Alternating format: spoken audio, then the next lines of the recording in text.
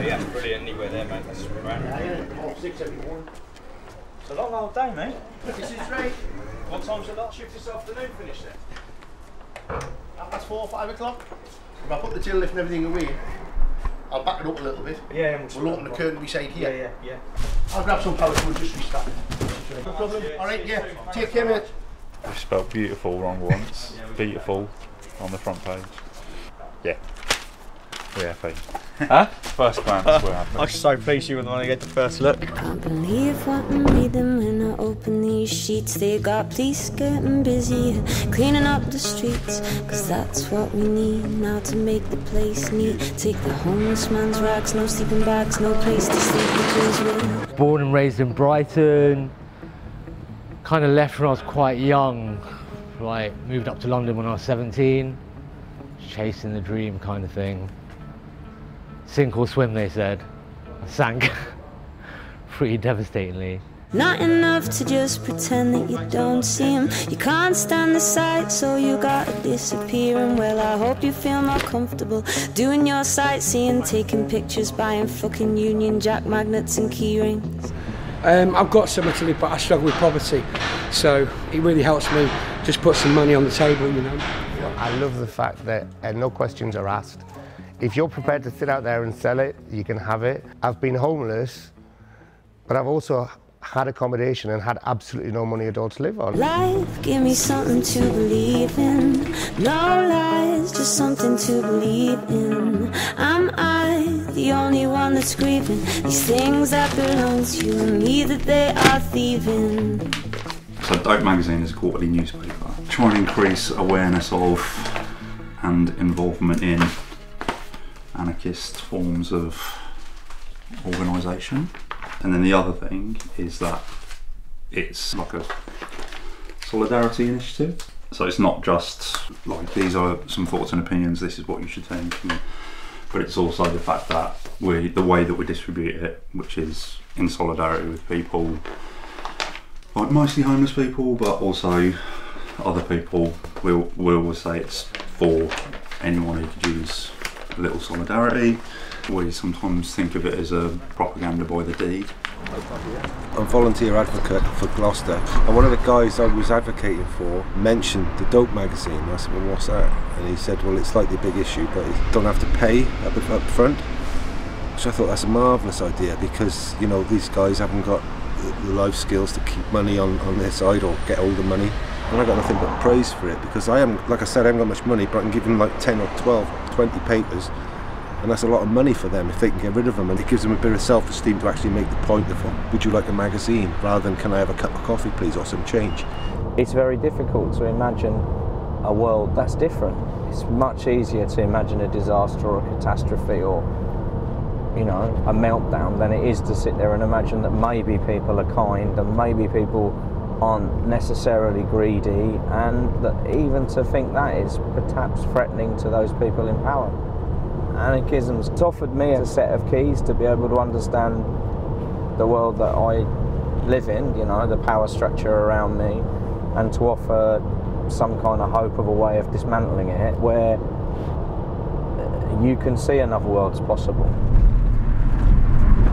Direct action is about resolving the problems that you have directly. So when you identify the existence of a problem, for example, street homelessness or you know, massive inequality, the way in which you try and tackle that problem through direct action is by finding a method that is going to empower those that you're trying to support to do it themselves. So you're not trying to just help one person get up a ladder by giving them a magazine they can sell. What you're doing is that you're building a community through the distribution of the magazine.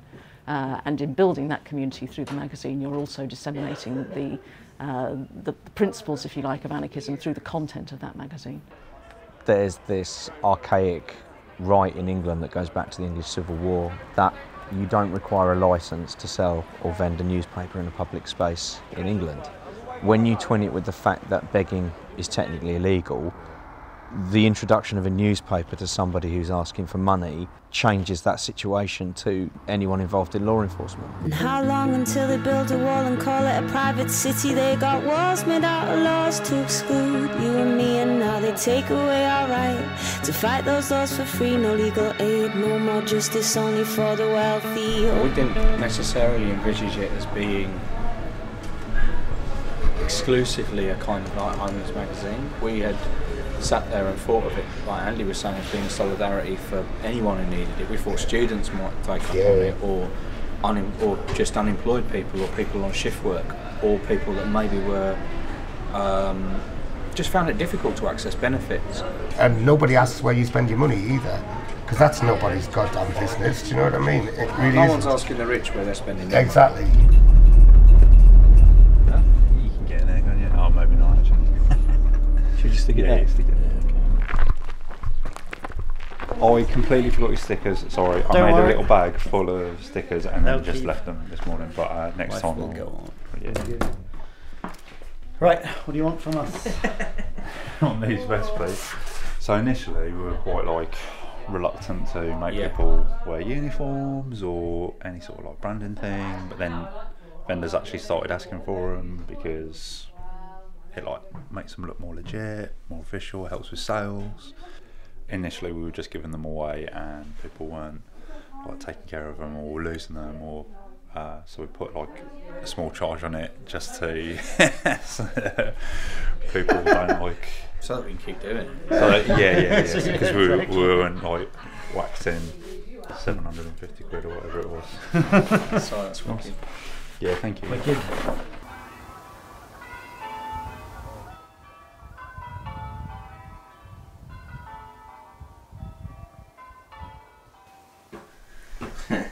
It is 5 o'clock in the morning.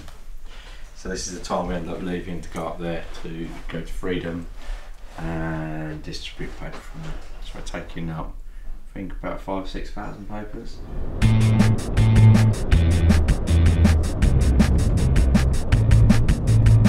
I got called an anarchist.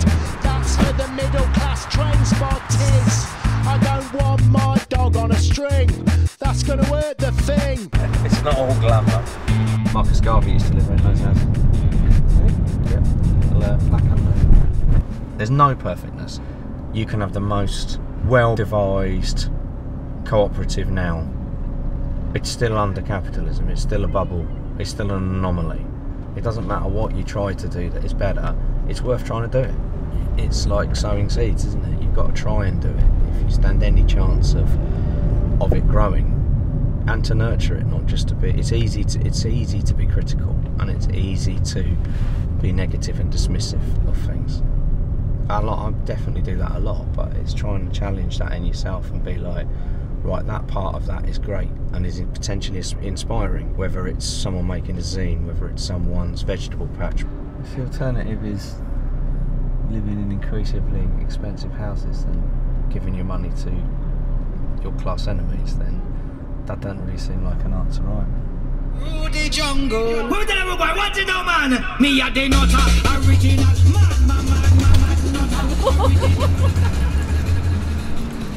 There is a lot of people that sells the magazine in the city of London, and I love the idea that Latin American street propaganda is just banging in yeah, in their faces. Here you go, mate. Yeah, let me give them to you because I was going to fall out your hands. Right, cool. Here you go, fella. Yeah. You got them, Sweet, yeah? brilliant. All the best, yeah? Yeah, nice. I like what I read and that, and people are quite receptive to it because it's a new thing and helps me live day to day. And that's pretty much it, really. Yeah, what do people say about the ideas in it? Yeah, they quite like it, but I don't really spend much time having a chat with them. It's a new issue, look. Yeah. Easy to sell. You want a few? Yeah, of course. Yeah. Without the magazine, we wouldn't be able to survive, basically. Through debt, I wouldn't have my phone. I wouldn't be able to pay for any bills we hold on to now. I wouldn't be able to. I'd be destitute. This is our registered office, so we get returned mail, and quite often that is from These two are dope issues that we've sent to prisoners. This one is to Leonard Peltier, who's like an anarchist prisoner in the US, and this is the first time it's come back actually. We've been sending it to him for a little while, and again, first time I've seen this is return to sender, and like they've given this reason is because it's in a colour envelope. That's why they've sent it back. But there's all these other reasons why it might not be. So if it's a greeting card, you're not allowed them apparently, postcard, anything on card. But the bottom one is if it's scented or lipstick, there's no good reason for that, is it? Prisoners can't have romance in their mail. I actually felt proud about what I was doing. You know, I could turn around and say, here's this magazine filled with really wicked content. And they'd ask me what's in there, and I'm like, there's an article about penal reform, you know, there's an article about female genital mutilation, like wicked, proper cutting edge stuff. The rest of the world in London seems to be catching up with the problems of the Met Police. Dope has been talking about that for a long time. Dope has been talking about prison reform.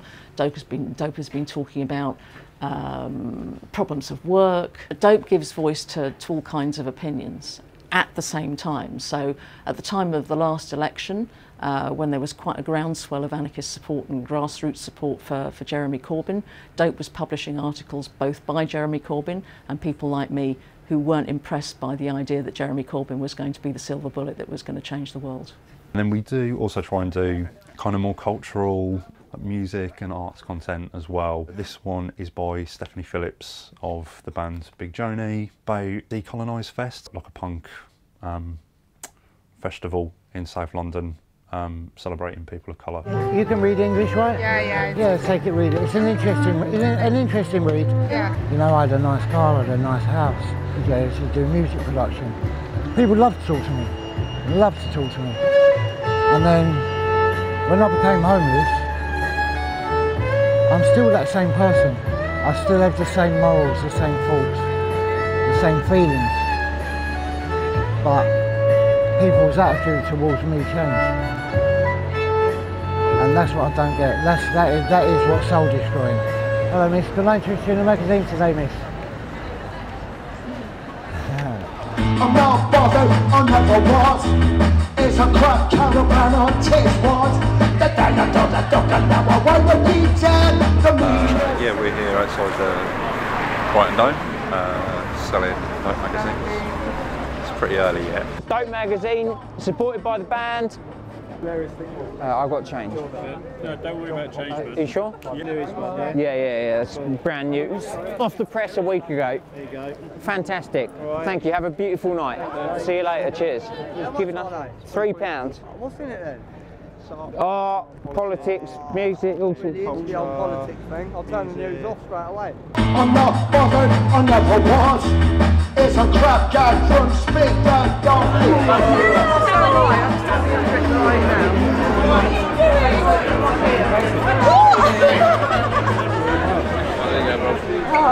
How much? £3.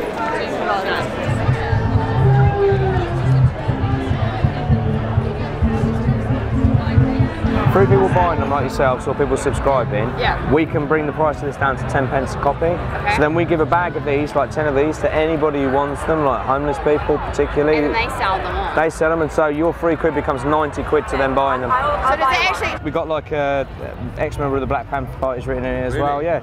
Yeah, keep a couple there you go. Take care.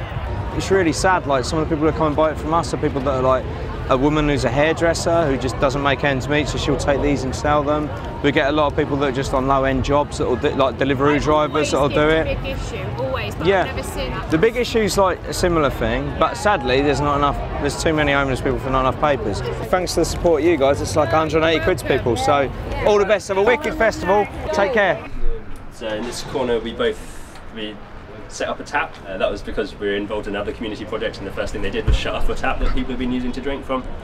And at the same time we put a little plug socket out here, people come and charge their phones, people charge their scooters. This is the last issue. These are where they've been bagged up in bundles of 20, ready to be given out. That's what the vendor will get, one of these, with the relevant law that we were talking about earlier on the back, saying that they're definitely allowed to sell it. And we'll probably distribute that many bags in just under a week, I think. he's done me a right favour, you know, like if it weren't for him, hundreds of us guys around Aldgate and East London would be on the streets every night, but down to him, he gets me off the street every night because of this paper. Thank you guys. Did it do that much for you, really? Yeah, mate, I'm telling you, that's why I need as many as I can get. Yeah, John, thanks so much. I've got to get to Cannon Street. Good luck, yeah. My role is to organize the image. I always think about people in the trains. I always think like, okay, maybe if I put this object here, it will open the magazine and read the content. Design can really change the world. This is poorly. Like, well, I don't like that's spelt and fonted very correctly. We should be putting our skills into make a better world, a beautiful world. Not only bread, we need roses too. Big test of the front cover is whether the vendors like it or not, because that's kind of what they sell it on to start off with. The vendors all really love this one, so that's great. They're like the biggest critics. So this is contents page. The picture, it's always like an image-led thing with a quote there. This is Albert Meltzer, he's an anarchist print worker. There are sermons in stones, but it depends on how good your aim is. So there's a few bits that are standard. So Dope magazine is published in solidarity until everyone has a home, nobody lives in a cage. We'll print that at the top. There's a note here about intellectual property and how we don't believe in it. In a world where you've got so much free literature, Metro, Evening Standard, City AM, all publishing all sorts of malarkey, basically trying to sell you stuff. Here's someone that's not trying to sell you anything, just trying to tell you, look, there's some stuff going down and it ain't quite right. And also, by the way, the person who's selling it to you, this is going to help them get a roof over their head, potentially stop them committing crime, you know, feed them, clothe them, maybe help set them up, moving on in their life. And yeah, no, that's what it did for me. That's what it still does. I don't think anybody trusts the traditional media anymore. I certainly don't buy any national newspapers at all because I just feel like I'm being told a version of opinions based on what that publication's political bias is. And I find I trust Dope magazine more. We never thought that we'd be putting out 30,000 copies of a newspaper, that people would be stood in busy parts of London saying, get your anarchist newspaper. That was like never, that was beyond our like, wildest dreams. But it is kind of happening. We're not really interested in Dope becoming some like fucking franchise or some big thing. If there was a Sheffield paper doing the same as what, you know, fulfilling the same need, or, you know, a Cardiff one or a fucking Manchester, whatever it is, that's something that through what we've learned we could help people set up. Sadly, there's a need for these kind of projects in all English towns, even really small places like somewhere like Shrewsbury. There's communities there that need help and support, whether they're homeless people or people that are unable to access the benefit system or just don't have many connections. Then it's hopefully something that is a tool and of use to people. So I can't lie down and I won't let it be. While we are working for a market that doesn't work for we. That's what it's about, solidarity, not charity. There's things that they're thieving, the yours and mine. You know that they're stealing, but there's still time if you feel this way too. These things that they're thieving, the yours and mine. You know that they're stealing, but there's still time if you feel this way too.